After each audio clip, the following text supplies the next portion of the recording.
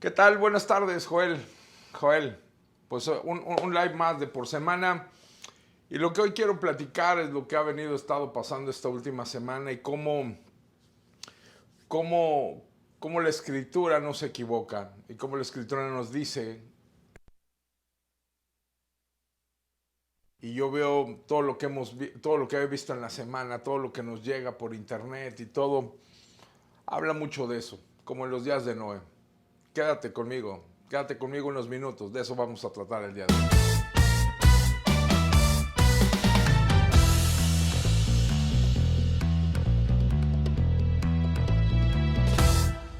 ¿Qué tal, Joel? El día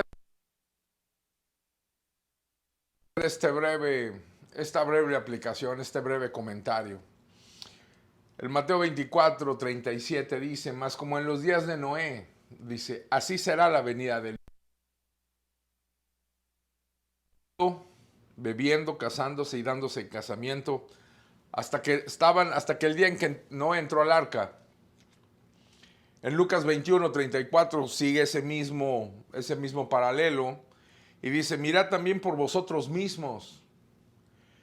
Y cuando dice mirad por vosotros mismos, que vuestros corazones no se carguen de glotonería y embriaguez y de los afanes de la vida.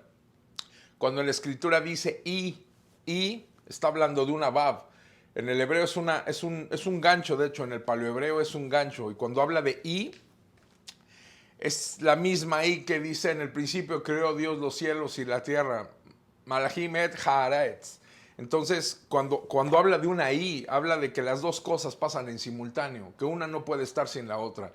No es de que en el principio creó Dios los cielos y después hizo la tierra. No, los cielos y la tierra, los cielos, Vav, la tierra, son juntos. Entonces, cuando aquí nos dice que nuestros corazones, cuidemos de que nuestros corazones no se carguen de glotonería y embriaguez y de los afanes de esta vida, es de que está hablando de que esos tres elementos son simultáneos. Es lo que está reportando también Mateo, que como en los días de Noé la gente va a estar comiendo, bebiéndose y dándose en casamiento. ¿Qué está diciendo en resumen tanto Mateo como Lucas? ¿Qué están reportando los dos?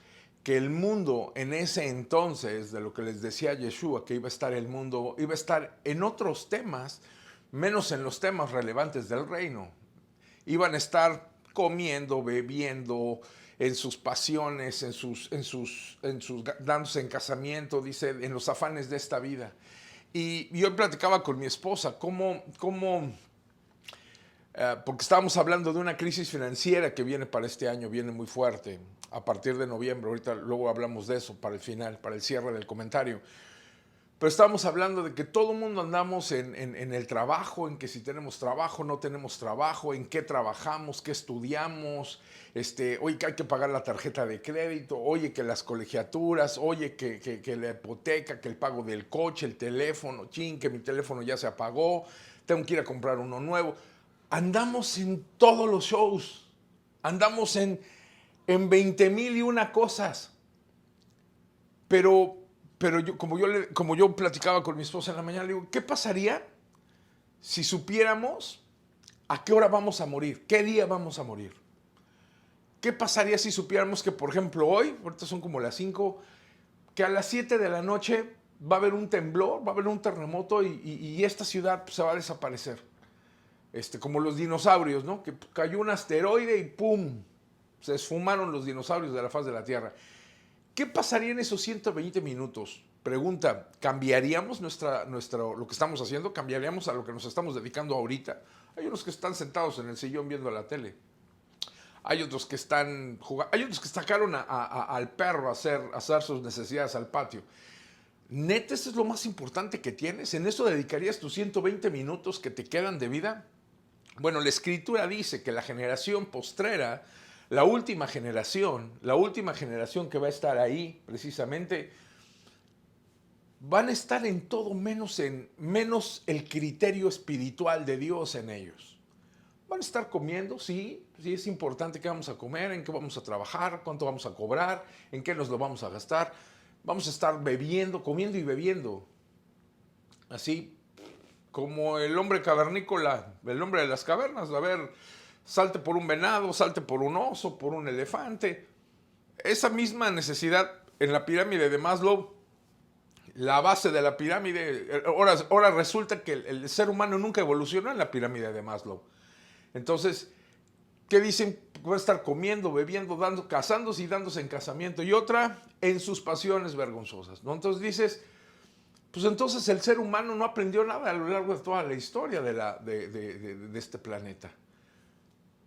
De eso habla, ¿no? Que así, eso será como en los días de Noé, ¿sí? Y venga de repente sobre nosotros aquel día. ¿Por qué? Pues va a venir de repente porque nadie se enteró. Ay, sí es cierto, ¿verdad? Que la Biblia dice, que la Biblia... Yo me acuerdo que unos hermanitos me dijeron que el pastor habló, que en algún campamento se predicó de esto. Ni la O por lo redondo vamos a tener eso. Al día de hoy yo lo que sí veo es de que las redes sociales han tomado nuestro mundo. Todo lo que es Facebook, todo lo que es Twitter, Instagram, TikTok, bueno, TikTok, ¿no? Todas las redes sociales. ¿Y tú en qué estás? ¿Y tú esto? ¿Y qué aquello? Y resulta que sí, digo, para aquellos que saben, cada red social tiene como que su propósito, pero yo nada más leo mi escritura y yo veo que Pablo hizo muchos viajes. Yo veo que Pablo, por ejemplo, el apóstol Pablo, que decía que él mismo se decía fariseo de fariseos, estudiante, estudioso y discípulo de Gamaliel, un cuate muy aplicado al estudio hebreo, hebreo y un escriba, un fariseo así de estudio, que le dedicó un escolar, lo que se le llamaría, hablaba a la altura con romanos, hablaba a la altura escribió la carta a los efesios, a los de Tesalónica, a los de Corinto, a los hebreos, o sea, a Timoteo, sabría hablarle a gente mayor, sabría hablarle a los chavos como Timoteo, a los de Filipos, o sea, el cuate estaba en lo suyo, pero ¿qué crees? Tenía que ir. De hecho, en su camino a Damasco, cuando se cae y todo, tenía que recorrer una distancia. ¿Qué pasaría si no, o sea, si el hermano, ahora sí, si el hermano Pablo, si Pablo, Saulo de Tarso, viviera en nuestros días, tuviera un American Express para sus gastos, para sus viáticos, tuviera un iPhone 13, un 13 Pro, tuviera datos, tuviera Wi-Fi las 24 horas y anduviera en un Tesla eléctrico? Si Pablo hizo lo que hizo y predicó al mundo conocido en aquel entonces a pincel, caminando, ¿se imaginan los alcances de Pablo que hubiera tenido en nuestros días? Y aquí la pregunta es, ¿cuántos de nosotros no somos un Pablo? Somos millones. Y esta semana, y somos millones que bien pudiéramos ocupar esas herramientas. Y no te hablo del Tesla, el metro, el camión, el internet, el YouTube, el Face, el Instagram, para estar predicando y para estar circulando el mensaje. Esta semana me llamó mucho la atención que en la Corte de Los Ángeles, en Estados Unidos, en California, declararon culpable a un pastor llamado cristiano, Joaquín Nazón. 5 millones de personas en su iglesia. Más de 120 países. Y por pedofilia, violación y bueno, cuánta cosa. De 16 cargos, 16 años, en 13 declaró culpable, 16 años, ya lleva 3, le quedan 13 y por buena conducta podrá salir como entre 7 y 8 años de cárcel. Pero en medio de toda esa circunstancia, en medio de todo eso, a mí se me hace increíble. 5 millones de personas atienden su culto a este señor. Y lo adoran, y lo idolatran, y lo veneran. Hoy estaba viendo un post de le cantan himnos a él. A su papá y a él le cantaban himnos. 5 millones. Está en Guadalajara, su centro. Sus oficinas corporativas y su centro principal, su templo principal están en Guadalajara. Mi escritura dice, maldito el hombre que confía en el hombre. Y el mundo, yo te puedo decir que estarán bebiendo, comiendo y en sus pasiones. Y esa gente, por ejemplo, idolatrando a su pastor. Idolatrando a su pastor. Y ahí se la pasan ellos. Cuando mi Biblia dice que nos deberíamos de alejar de todo eso. Ni la glotonería, ni la embriaguez, ni los afanes de esta vida. Lucas 21:36 nos dice, nos da el qué hacer. Velad pues en todo tiempo, orando para que seáis tenidos por dignos.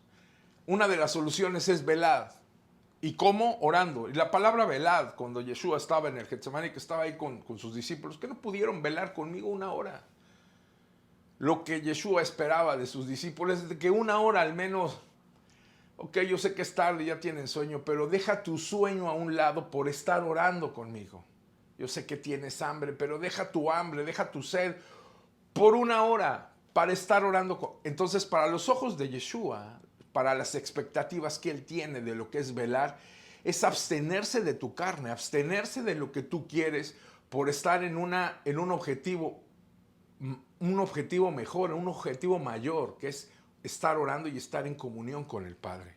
Eclesiastés 9:8 nos dice, en todo tiempo sean blancos tus vestidos y nunca falte ungüento sobre tu cabeza. En todo tiempo sean blancos tus vestidos, lo junta ese concepto de siempre estar puro, siempre estar santo, con ungüento sobre tu cabeza. Y ojo, el ungüento en las escrituras es figura del Ruach HaKodesh, es figura del Espíritu Santo. Espíritu Santo hay uno, no es Espíritus Santos, Espíritu Santo uno, Ruach HaKodesh uno en hebreo. ¿Qué tiene?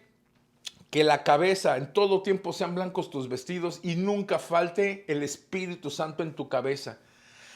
A nivel individual, nunca debe de faltar ese Espíritu Santo en mi ser, yo Joel. Pero yo también soy cabeza de una casa, yo soy cabeza de una familia. En esa familia, la cabeza no debe de faltar ungüento. El padre, somos responsables precisamente de nuestra casa, de nuestra esposa y de nuestros hijos. De eso vamos a dar cuentas. No es de que si lo sabes o no lo sabes, si estás de acuerdo o no estás de acuerdo. O sea, tu ignorancia no te esgrime de tu responsabilidad. Que nunca falte ungüento sobre tu cabeza. Familia que me escuchas. Y si lo escalamos al siguiente nivel, puede ser hasta en las empresas y puede ser hasta en las iglesias, como este señor Joaquín Azón. Este señor, yo te puedo decir sin conocerlo, ahí no hay ungüento sobre esa cabeza. Y esas 5 millones, lo mismo da uno que 5 millones, no puede ser que esa idolatría y que esa adoración que le rinden a un hombre, en mi Biblia dice, maldito el hombre que confía, que pone su fe, que pone su emuná en un hombre, y peor en una calidad de hombre así. Bueno, eso es lo que dice mi escritura. Ya habrá gente, porque esto es a nivel personal, y lo que a mí Dios me habla, igual y a ti no te habla. No, estás tú mal, eso no es así. Amén, mi hermano, Dios te bendiga. Yo no voy a dar cuentas por él. Yo voy a dar cuentas por mí. Por eso la unción en la cabeza es personal. Y de hecho los féretros, los ataúdes son de a uno, ¿eh? Los ataúdes no son de uno más tu pastor. Oigan, ¿y aquí dónde está el lugar para mi pastor? Porque mi pastor cuando yo me muera aquí también tiene que ir junto conmigo. Cero, eres tú solito. Tú vas a entrar ahí, vas a dar cuentas por ti, por tu esposa y por tus hijos. Y hablando de esto, dice, en todo tiempo sean blancos y nunca falte ungüento sobre tu cabeza. En Juan 16:13 dice, pero cuando venga el Espíritu de verdad, Él los guiará a toda verdad. El que estemos llenos del Espíritu es eso, es de que el Espíritu nos guía a toda verdad. Pregunta, ¿el Espíritu Santo en esas 5 millones de personas los está guiando? Sí, está bien a que le cantes, a que le alabes, a que le adores, a que encima de que la ley y que ya lo encontraron con hechos, videos y todo de pedofilia, la iglesia lo sigue defendiendo y la gente sigue. Y dicen, hoy estaba escuchando un reporte que dicen, es que como Pablo, como el apóstol Pablo también tuvo prisiones, Joaquín, nuestro pastor, también tiene prisiones. El Señor se tuvo que declarar culpable porque no quería que el juicio empezara y salieran todos esos videos, las conversaciones, toda la documentación que tiene la fiscalía. Viene acabando el juicio de Johnny Depp y Amber, su esposa, y lo que se filtra en público en una corte federal se hace público y se hace viral y no hay nada que lo esconda.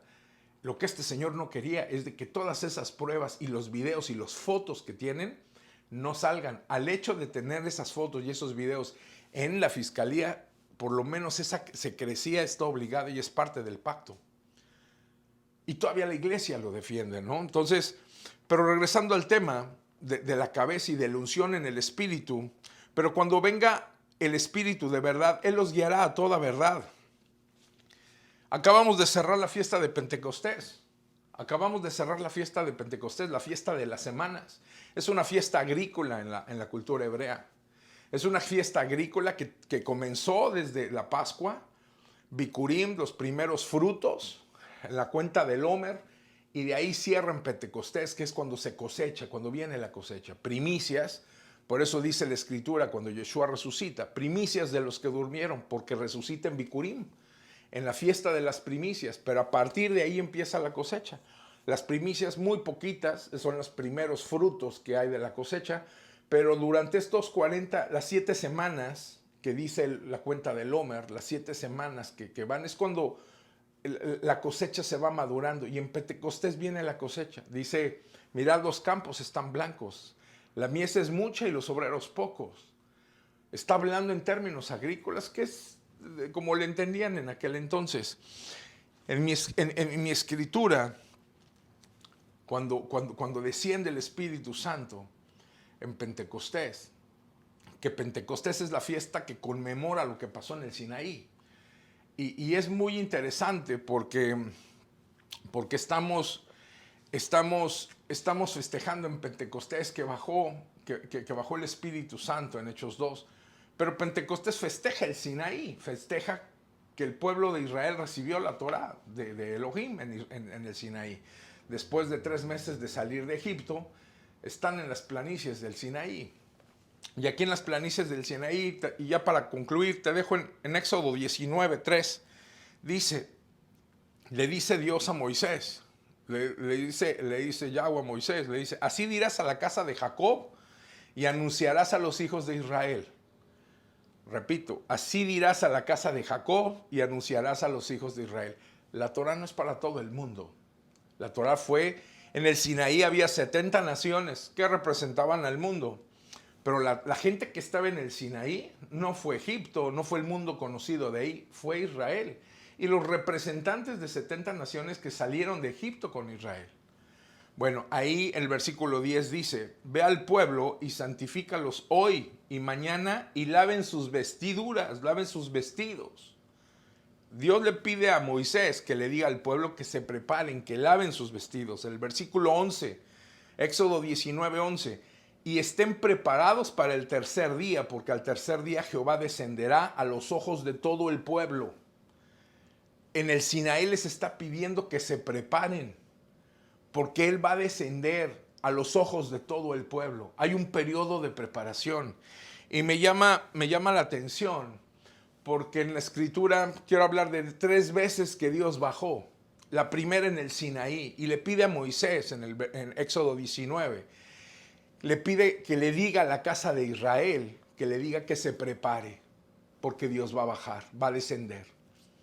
La segunda vez que desciende fue cuando viene como hombre, y el verbo fue hecho carne y vimos su gloria y habitó entre nosotros. En su calidad de Salvador, de Yeshua, vino como un bebé y el ángel le habló. Y le habló a María, y le habló a José, y le dije, aquí concebirás y darás a luz un hijo, y llamarás su nombre Yeshua, porque él salvará a su pueblo de sus pecados. Y hubo una preparación para todo eso, ¿sí? Habló después con José, no repudies a tu mujer, porque el hijo que esperas es de Elohim, ¿sí? Y luego cuando vienen los sabios de Oriente siguiendo una estrella, hay toda una preparación, ¿sí? Para que el Mesías de Israel nazca, ¿sí? Esa es la segunda vez cuando nace Yeshua y baja del cielo, baja, ¿sí? Y el verbo fue hecho carne. Y la tercera vez en Hechos 2. La tercera vez en Hechos 2, todavía en el 40º día, cuando Yeshua estaba todavía aquí, ya había resucitado, les dice, vayan a Jerusalén, dice, y quédense ahí hasta que reciban la promesa del Padre de quien les hablé, la promesa que les hablé del Padre, hasta que la reciban, dentro de no muchos días. ¿Cuáles eran no muchos días? Eran 10 días. Porque Dios cumple respeta sus fiestas. Bueno, ¿y por qué no ahorita, Señor? Pues ya te vas, ¿por qué no de una vez? No es así, porque había muchas cosas involucradas ahí. Era una fiesta, había mucha gente allí en Pentecostés, en Shavuot. Y allí en la fiesta, increíble, porque esa misma fiesta era gente que también se había quedado desde Pesaj, desde la Pascua. O sea, la gente no subía a Jerusalén por una semana o 2 días. O sea, está escrito, es santa convocación para un hebreo. Entonces, si vas a subir a Pascua, pues te quedas también a cumplir Shavuot, la fiesta de Shavuot, y te quedas a las 2. Son 50 días entre una y otra.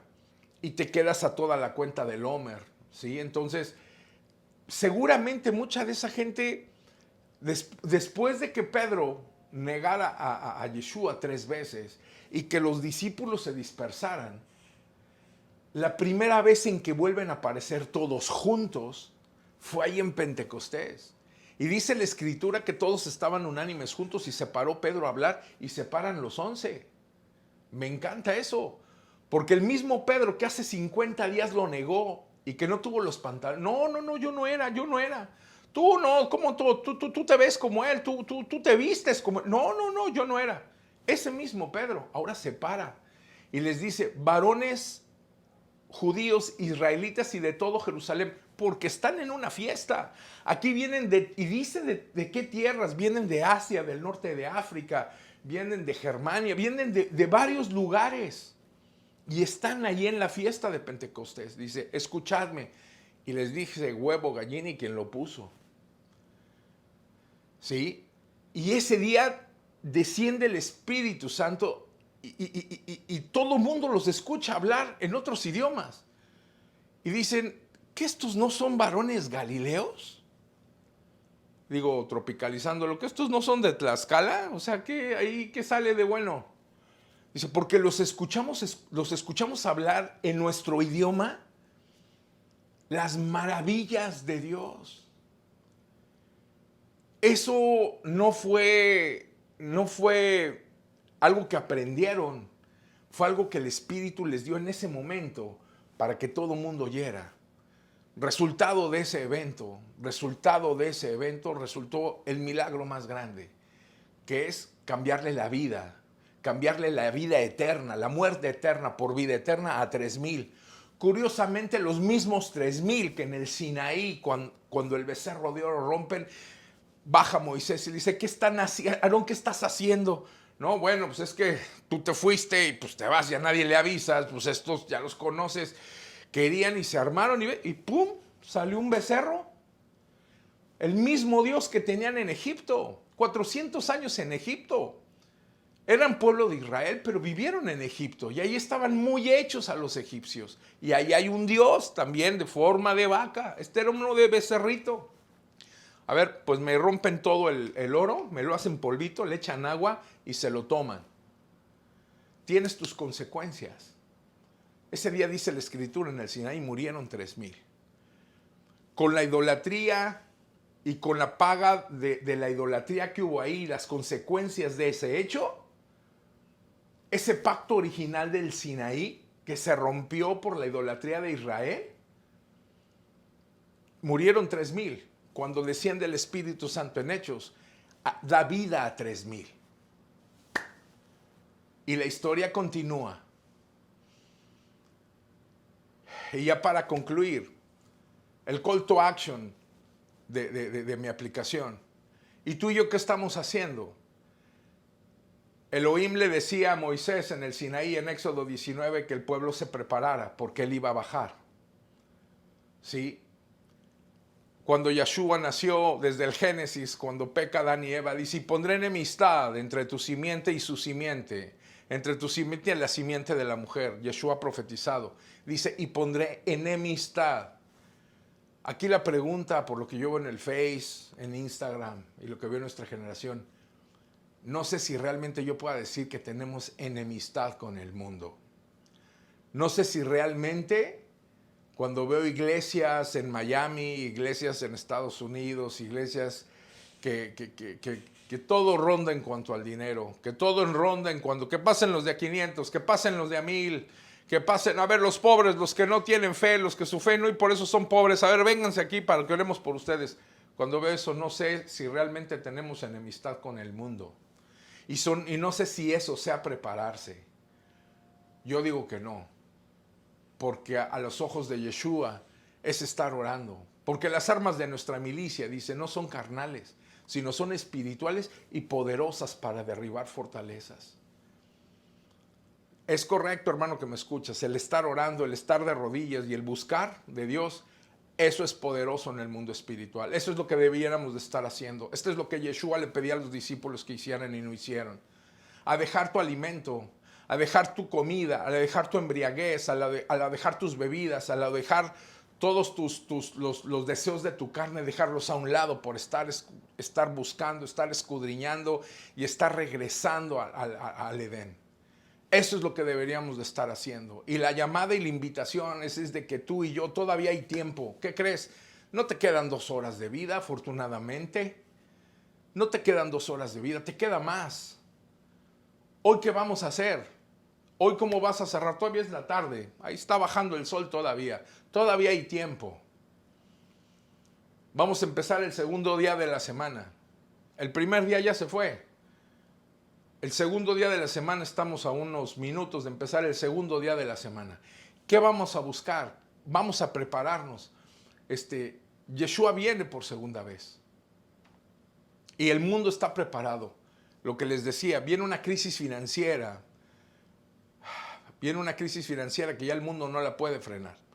Para noviembre, octubre, noviembre, por todo el consumo que se va a dar y todos los créditos y que no hay dinero para pagar, va a estar reventando. En Apocalipsis 7, 9, Juan, que veía el Apocalipsis, decía, Señor, ¿quiénes son estos? Le pregunta a uno de los ancianos, le dice, son los que salieron de la gran tribulación y que han lavado sus vestiduras en la sangre del Cordero. Ya no tendrán hambre, ya no tendrán sed, el sol ya no pegará sobre ellos y el calor ya tampoco hará sobre ellos. Esas 4 cosas, hambre, sed, el sol y el calor, son las que le van a pegar a la gente que se quede en la gran tribulación. Estamos viendo ya los inicios de todo eso. La crisis financiera que se viene, la crisis del agua, ya hay agua embotellada en todos lados, la escasez de agua, Monterrey y toda la parte norte de nuestro país, de México, está sin falta de agua. Esto se va a agudizar más, esto se va a ir agudizando más. Y las cosas no se van a cumplir, las profecías no se cumplen de domingo a lunes. Dice que todo tiene su tiempo. Así como Yeshua en su ascensión dice, dentro de no muchos días. En nuestro tiempo cronológico vivimos en una dimensión de espacio-tiempo. Todo toma espacio y toma tiempo para que se ejecuten las cosas. ¿Sí? Entonces, la invitación es a que busquemos de Dios. Que nosotros como cabezas, que nunca falte un ungüento sobre tu cabeza, varón que me escuchas, sobre ti como persona, sobre ti como jefe de familia, sobre ti como director de una empresa, sobre ti como presidente de una nación, sobre ti como en tu posición de liderazgo que Dios te puso. Oseas 4:6 dice, mi pueblo pereció porque le faltó conocimiento. Todo mundo no sabemos esa parte, pero lo impresionante está en la segunda parte. Por cuanto desechaste el conocimiento de tu Elohim, el conocimiento, la instrucción, la Torah de tu Elohim, eso es lo que dice en el hebreo, no en el español, lo que dice en el hebreo. Por cuanto desechaste la instrucción de tu Elohim, dice, yo te quitaré del sacerdocio, yo te quitaré de ese puesto de management, de ese puesto de liderazgo natural que tenías, como cabeza y puntal de tu casa, como cabeza y puntal de tu empresa, de tu país, como cabeza de tu vida entera, porque tú eres un templo del Espíritu y tú das resultados sobre lo tuyo, te quitaré del sacerdocio, porque no has sabido qué hacer con ese liderazgo, no has sabido cómo ejecutarlo. Dice, te quitaré del sacerdocio y yo me olvidaré de tus hijos. Ese mismo Dios que hace promesas, ese mismo Dios que creó los cielos y la tierra y que su boca dice, sea la luz y fue la luz, ese mismo Dios, por cuanto te olvidaste de tu instrucción, de tu Elohim, por cuanto te olvidaste de la escritura, te quitaré del sacerdocio y me olvidaré de tus hijos. Por eso ves a tanto chavo ahorita que no sabe si es hombre, mujer, si se pone pantalón o falda, si es niño, niña, niñe. Ahora sí que revueltos. Es que yo soy hombre, pero me siento cebra. Y por cuanto desechaste el conocimiento, por cuanto desechaste la instrucción de tu Elohim, yo te quitaré del sacerdocio. El problema, hay otro video que hice de 3 chavos a los 18 años. Crecieron sin papás, crecieron sin responsables. Y se está ejecutando eso. Lamentablemente esta generación de que habla la Escritura, que estará comiendo, bebiéndose, dándose en casamiento y en pasiones de la carne, es una generación que no tiene a Dios en la ecuación. Y no va a ser la generación de mis abuelos, ni de mis papás, ni la mía. Tristemente son las generaciones que vienen. ¿Qué quiere decir? Que nosotros hemos abandonado y hemos abdicado ese sacerdocio, hemos abdicado ese liderazgo. ¿Y qué crees? Eso le va a pegar a Israel como pueblo. Porque Dios no viene por una iglesia, Dios no viene por bautistas o presbiterianos, Dios viene por su pueblo, por Israel. ¿Sí? En la Nueva Jerusalén hay 12 puertas y cada puerta tiene el nombre de una de las tribus. Dios viene por Israel, Dios no viene por iglesias. ¿Y qué crees? El que nosotros no prediquemos el evangelio con nuestros hijos, le pegamos al pueblo de Dios, al pueblo de Israel. En fin, esto es así. No dejemos de orar los unos por los otros. Y a los varones de casa, que nunca falte ungüento, que nunca falte el Espíritu en ti. Busca del Espíritu, busca. ¿Cómo se busca? De rodillas, leyendo tu Escritura, y dedícale ese tiempo. En vez de estar en Face, en Instagram, busca de tu Escritura y conéctate con Él, con la fuente eterna de poder. Conéctate con Él, dile y háblale. No sé, ni tengo ni idea, pero tú enséñame. Ese ungüento, el Espíritu Santo, dice la Escritura, que es el que te va a guiar a toda verdad. Y eso es lo que nos hace falta, que nuestro liderazgo, que nuestras familias, que nuestras cabezas de familias sean líderes comprometidos, no con un hombre como el líder de la luz del mundo o con un pastor. Eso no es el relevante. Lo relevante es tu relación con Él. Amén. Dios los bendiga mucho. Nos seguimos viendo. Bendiciones.